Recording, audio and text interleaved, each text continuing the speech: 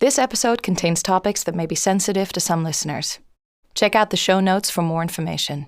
Thank you for tuning in. Time, weather, and pass.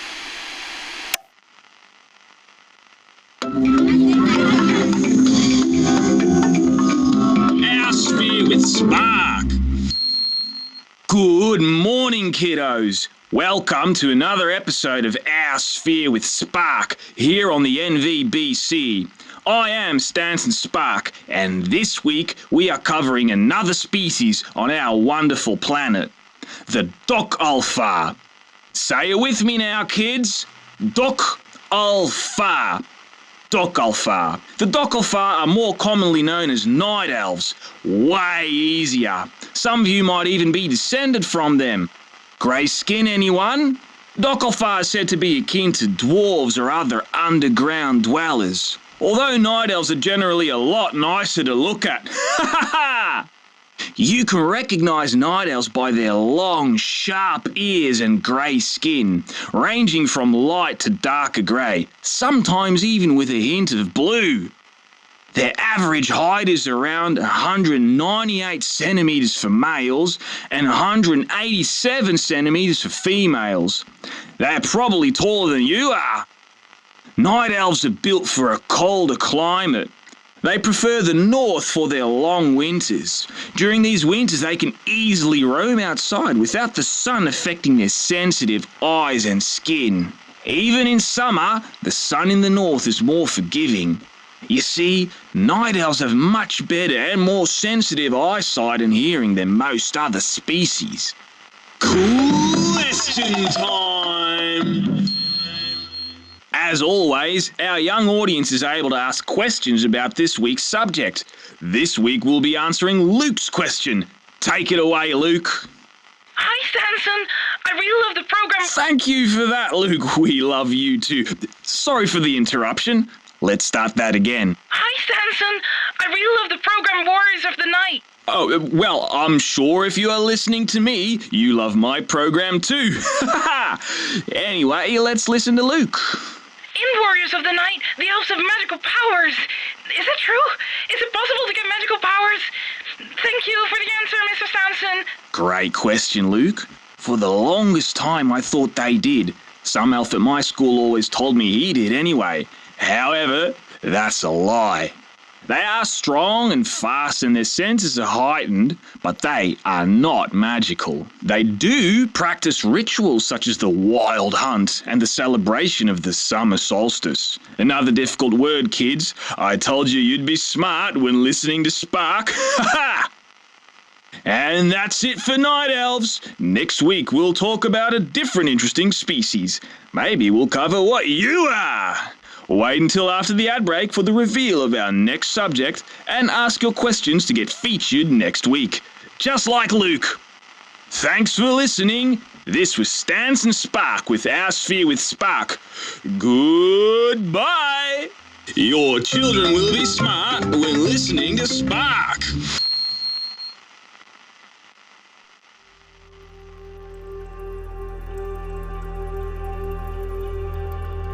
There's a rot in the heart of this city. The new Vilirth Metropolitan warns about the dangers of a new drug overtaking the streets. The government launched a campaign against the use of neomorphic memories. This city's nothing but copper and visions of the past. It's a black day. For all of us. Who doesn't dream of the times gone by?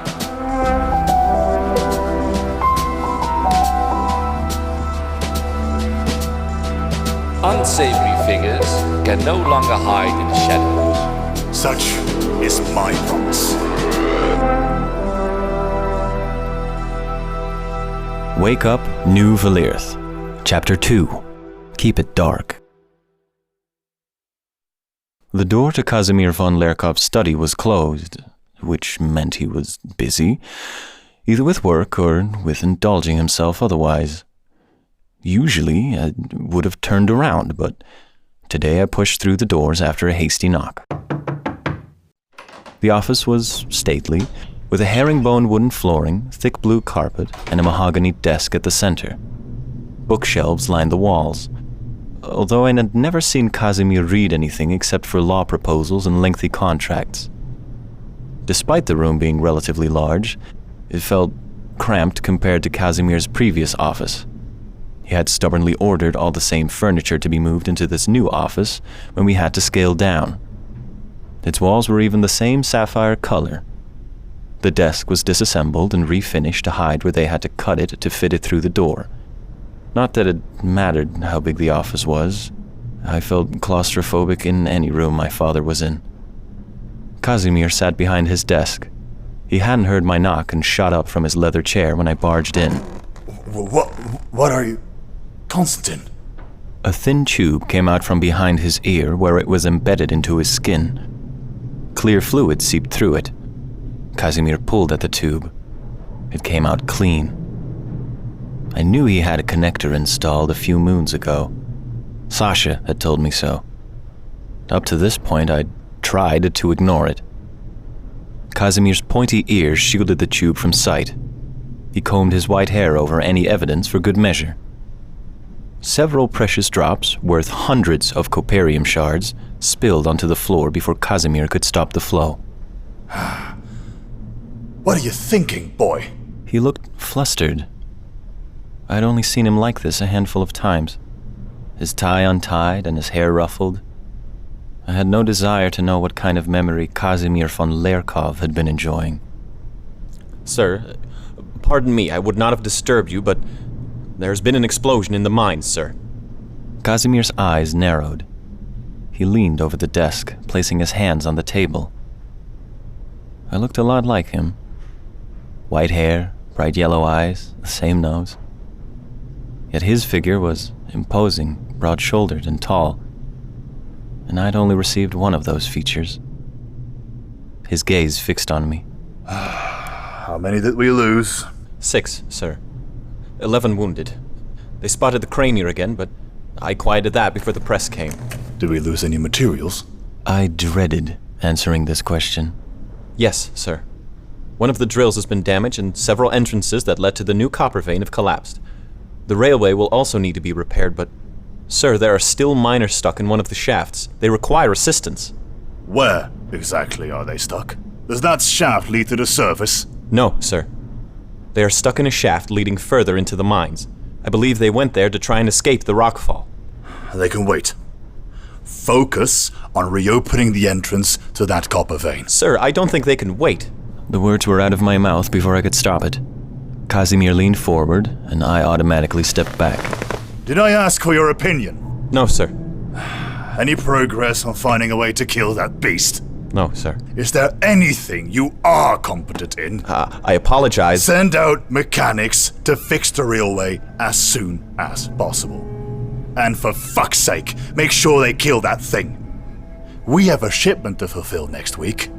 Those bullets won't make themselves. I have other things to worry about than some wild animal. The Vanguard will be using this as an opportunity. If we aren't careful, our entire personnel will be in their workshops before the end of this moon. If there is another attack, the damage will be on your name, son, and those deaths you care so much about. Is that clear? Yes, sir. Speak up! What are you, a 10-year-old girl? Yes, sir. I realized the mistake I'd made. I mean... Should we start calling you Konstantin now from now on? Get out. I've heard enough. And? My cousin was a head shorter and a few years younger. Her dark gray skin and white hair were signature of the von Leirkovs. It was about the only thing Sasha had in common with the rest of our family. Don't pretend like you didn't listen in on everything. Well, I wish I hadn't. That's what you get for being a snoop. How are you going to save those people? She followed me down the marble staircase. I'm not. I have more to do. I needed a plan. Or some order, at least. I would need to return to the mines later today to see the actual damage, and not the damage the media circus was causing. But you can't just leave them by... I can, and I will. Sasha opened her mouth in protest. They knew the risk, and so did their families. It doesn't work like that if you don't have a choice. I pretended not to hear her. It was clear she didn't quite understand how things worked around here. She could be endlessly optimistic. I had no idea who she'd gotten that trait from. Certainly not from her parents. You wouldn't happen to know anything useful about killing a cranier, would you? Well, I know you'll be dead long before managing to get that creature killed. Best to shut down that part of the mine, throw as many stones down the hole it came from, and hope it's either squashed to death or doesn't care enough to dig a new tunnel. So nothing useful. When we had first been notified of the beast in the caverns, I had sent my assistant Helmut to the library. He spent 2 days there, reporting on what was known about the beast. It hadn't helped. Researchers had more to do than research some cave-dwelling monster. They were busy finding new ways to prevent famine by creating new races of crops less susceptible to the heat. I too hadn't cared about some monster compendium. Until now. If it wouldn't cost me my head, I would have heeded Sasha's words and collapsed the entire cave. Sasha rolled her eyes at me. Or you could hire the Oneir Vanguard. The people they send on memory hunts are far more capable than those inexperienced doozies that you have walking around. They loved calling themselves that, as if they were an organization and not the criminal scumbags of the underground. That's enough ideas for the day. Sir? Leave it. I took my coat from the rack and put on my dusk mask. The butler handed me my wide-brimmed hat to protect me from the harsh sun. She opened the door for me and Sasha to stroll out into the bright afternoon. A layer of red sand still hung over the city of New Vilirth. Sand from yesterday's sandstorm crunched under my polished shoes. I crossed the pavement and ducked into a sleek black car that was still waiting for me in front of the von Leirkov office. Sasha slid in next to me. Home. The chauffeur nodded, and the car slid seamlessly into the ongoing traffic. I leaned back and closed my eyes. A weight pressed against my forehead. It had been pressing there all day, but in moments of stillness, it intensified. The drive took less than 5 minutes, but by the time the car turned onto my driveway, my headache had gone from a 6 to an 8. I opened my eyes to find Sasha watching me in silence. Quickly, I straightened and removed my hand from where it had been subconsciously massaging my temples. What?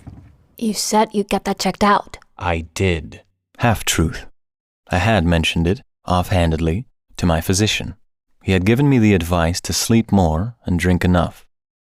I kept it at that. I didn't need my father to know his wimpy son was complaining about headaches. The chauffeur opened the door. I secured my dust mask and got out. The townhouse that lay in front of me was a fraction of that of my father's, but it was nice and comfortable enough for 2 people. And Sasha, if she wanted to escape her family. The townhouse included a driveway, which was rare enough in the city. It also had something that resembled a garden. My butler opened the door. One of the few personnel we had kept, besides a chauffeur, a cook, and a maid. Years ago, the staff in every house had been considerably larger. I didn't even have a full-time gardener anymore. Now we hired someone once in a while. Sir? I ignored the butler, a human. Our family preferred to employ humans, or certainly beings with lesser hearing capability than our own. It ensured a lot less eavesdropping. I held out my coat and mask. I'll have some lunch. Sasha is joining. Yes, sir. The butler disappeared down into the kitchens. Her name is Cleo, you know. I am aware. You could use it? I lifted an eyebrow. Are you going to spend all day criticizing me? Yes. She drifted off into the living room. I rolled my eyes and turned the opposite way into my study. It was similar to the room my father had, but I had tried my best not to let it be the same. For one, the colors were different, green instead of blue. I had opted for a desk that didn't suffocate the room, and I had actually read the books. I closed the door behind me and leaned against it. Time, weather, and pass.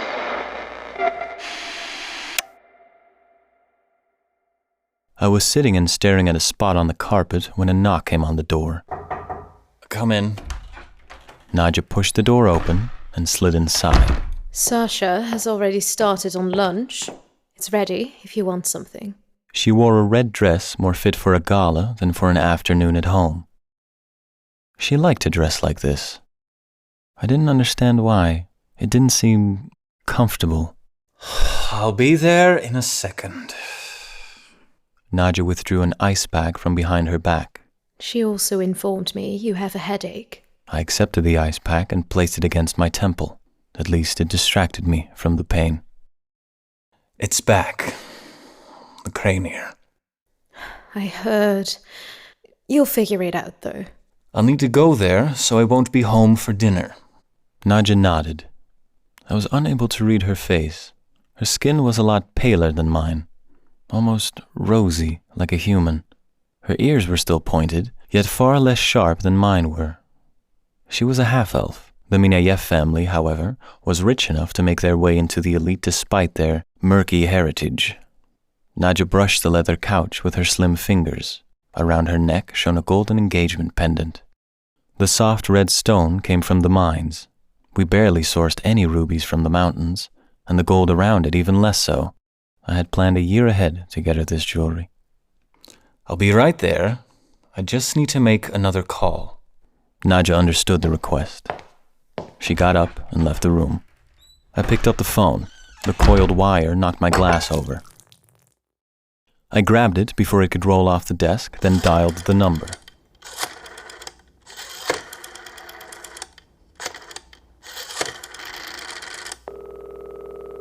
The caller's tone rang in my ears as I pressed the ice pack against my temple. I would have to see it for myself to make a decision.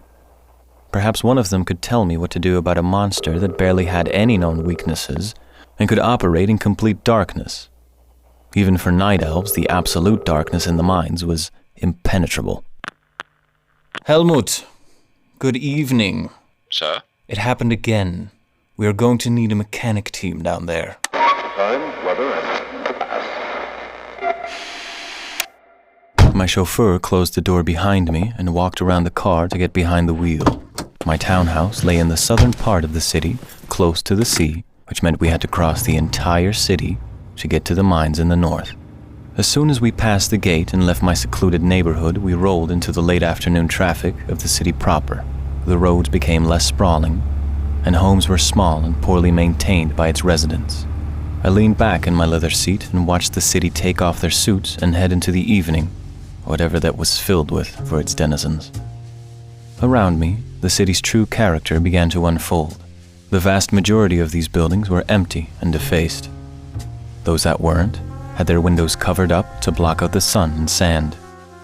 Traces of the old city lured behind the facades of old buildings. Geometric lines painted the character of a city from years before that I barely remembered. When New Vilirth was still Vilirth, before the crash and when everything came in abundance. That had been at least 20 years ago. I was a little boy back then. Sir, Mr. von Leirkov? I blinked and sat up straighter. I met my chauffeur's eyes in the rearview mirror. What? I suggest going through the underground to avoid traffic. I now noticed that we had barely moved at all. As of yet, I could just make out the first buildings of the campus district, and the mountains lay far beyond. Was decent infrastructure too much to ask for? I'd rather not. I glanced at my watch. But we'll have to, if we want to make it in time. My chauffeur nodded curtly and pressed a button. The glass in the back of the car darkened to stop people from looking in. The road followed what had once been the train's entrance to the underground. We landed in another maze of roads, but this time under the city, using the structure of the metro. Shops lined what used to be the platforms, and roads now ran where the tracks had once been. A sour smell began to fill the car. I wrinkled my nose. I caught my chauffeur's eyes in the mirror. The chauffeur dragged a lever to the right, blocking out the oppressing odor from the outside. We drove past a pocket of buildings and shops that was particularly disheveled. A woman stumbled past our car.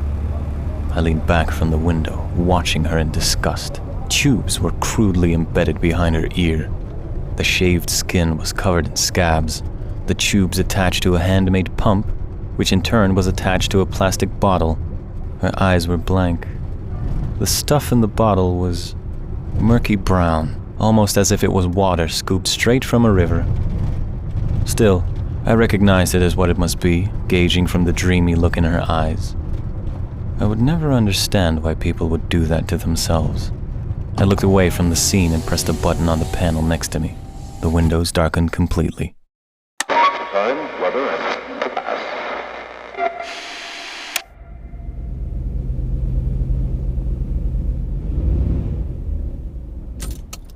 We're here, sir. I sat up. I hadn't nodded off exactly, but I had slipped into thoughts about the task ahead. I got out of the car. My shining black shoes touched the gravel. A cloud of dust blew my way and instantly covered me in a layer of red powder. I grimaced. 2 figures waited for me, flanked by 6 senior security officers. Their faces were covered in enough dust that I barely recognized them. The masks they wore also didn't help. Behind them, mine carts rattled to the surface, coming from the depths below. Miners unloaded them onto conveyor belts and into the machines that sifted for precious metal. One of the officers stepped forward to hand me my mask. It wasn't a regular cloth mask. It covered my entire face and went into an active filtering system. I stood still as the officer strapped it to my back. My father had these clear masks made. To allow for the eyes and mouth to be visible, they had to be full-faced, impractical and suffocating. But everyone should recognize the von Leirkovs as they stood before them, or so Kazimir had said. Their style looked nothing like the fabric masks the miners fabricated themselves. Welcome, Mr. von Leirkov! The man in front of me wore the same full-faced mask as me, naturally, as he was the one who had created them. He was one of our lead scientists. Dr. Patterson! I turned to the woman beside him. Dr. Vieira? She, too, was wearing one of the full-faced masks. As the lead scientist, she, of course, had that privilege. Behind the mask, her dark eyes assessed me. Let's get going. I have other things to do. Clearly, she wasn't happy about being assigned here. It wasn't usually her job, but they had no one qualified for a cranier attack. Dr. Vieira turned around and marched towards the opening of the mines. The rest, including me, followed suit. I glanced up. Before us, the mountains above the mines reached into the sky, and beyond them stood Mount Spinell, bathing in the afternoon sun. The volcano had last erupted 26 years ago. It would be at least double that before it happened again, but it still made me uneasy to look at. Stick to the group, Mr. von Leirkov. You don't want to get lost here. I had stopped in my tracks unconsciously. I picked up the pace and followed the group into the dark opening of the mines.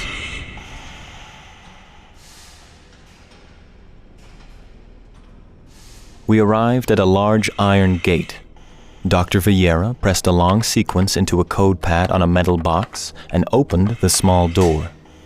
Your turn, Mr. von Leirkov. Dr. Vieira stepped aside. I stepped forward and typed in the code.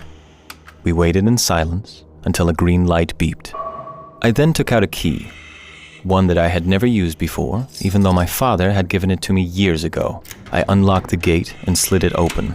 Despite its size, it barely made any sound. Lights in the ceiling showed a corridor that led towards an elevator. I don't suppose you've ever taken an elevator down a mine shaft. A security officer mockingly studied my crisp suit. My cheeks warmed, but I turned to the officer with a straight face and took my time looking him up and down. "What is your name?" The officer froze in his tracks. Daniel Zatar, sir. I didn't mean to insult, sir. It was just a joke. Right. Walk in front. Instead of making jokes, you do better to just do your job. Yes, sir. I apologize, sir. I nodded, using the silence that fell as a threat. He hurried ahead. I stepped into a rattling elevator alongside Dr. Patterson, who looked as uneasy as I felt. The elevator, or rather a cage, rattled even before it went down. And when it started moving, it creaked loud enough to make any conversation impossible. Even so, these people didn't seem to be the ones for small talk.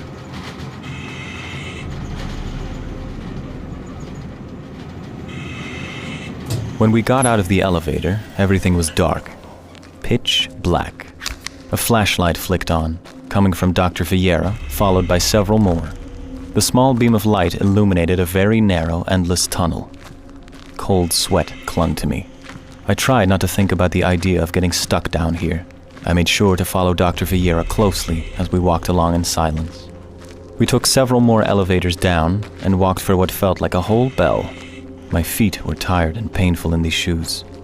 And this far underground, it wasn't exactly warm. But I kept going without complaint. I wasn't going to prove them right. Finally, Dr. Vieira stopped in her tracks. 6 beams all pointed in the same direction, illuminating a cavern. Or at least, what would have been a cavern if half of it hadn't collapsed. Several people with mining helmets and small headlights were digging at the pile of rubble. The von Leirkov emblem shone on their chests. The arm of a drill stuck out from underneath the stone. I was glad the light shone mostly in that direction, and not on the piles of rubble with what might be human limbs sticking out from underneath. I noticed one of the miners was kneeling next to a body with what looked like a medical kit. I averted my gaze and caught Dr. Vieira watching me, lips thin in disapproval. Here you go, Mr. von Leirkov. I suppose you've come here to tell us how to fix this? I ignored her words. My father would have gotten her shot, but there were enough bodies around here already. Any sightings of the Cranier? No, but we do have another problem. He pointed his beam into the cavern. About 20 meters above us sat a dent in the wall. We're not just dealing with a Cranier, sir. He angled his beam to show off 5 eggs that glowed like dark quartz in the beam of the flashlight. I'd say they are about a week from hatching, and we have no way to get up there without the danger of the cavern collapsing. With her finger, she drew my eye to a crack in the wall just above the eggs. Or drawing the attention of their dear mother. She shone her flashlight onto the walls and turned around in a circle. The beam slid across the shimmering rock. They shone with the promise of wealth. All hells. Time, weather, and pass. Wake Up New Vilirth is created, produced and written by Lisa van Hees. Directed and co-produced by Iris-sanne van der Aar. Our brilliant team of voices consists of Liam van Poorten as Konstantin, Samantha Bonouvrie as Sasha, Yannick Staal as Kazimir, Fey Lehiane as Nadya, Lin Schalken, Joris van de Waterbeent, Tom van Hull and Daan Helmendach as our radio hosts, and Reno van Oostrum, Ezra Menard, and Isa Marley as our supporting voices. Sound recording by Lisa van Hees and Jonas van Impe. Sound editing by Jonas van Impe. Sound design by Lode Woltersom. Music by Freya Terpstra en Teun Zeidner. Radio design by Joris van de Waterbeent. Directing assistance by Tom van Hull. Cover art by Matt Roodhuizen. For a full list of our wonderful team, go to wakeupnewvilirth.com. Thank you for tuning in. We hope you've enjoyed your stay.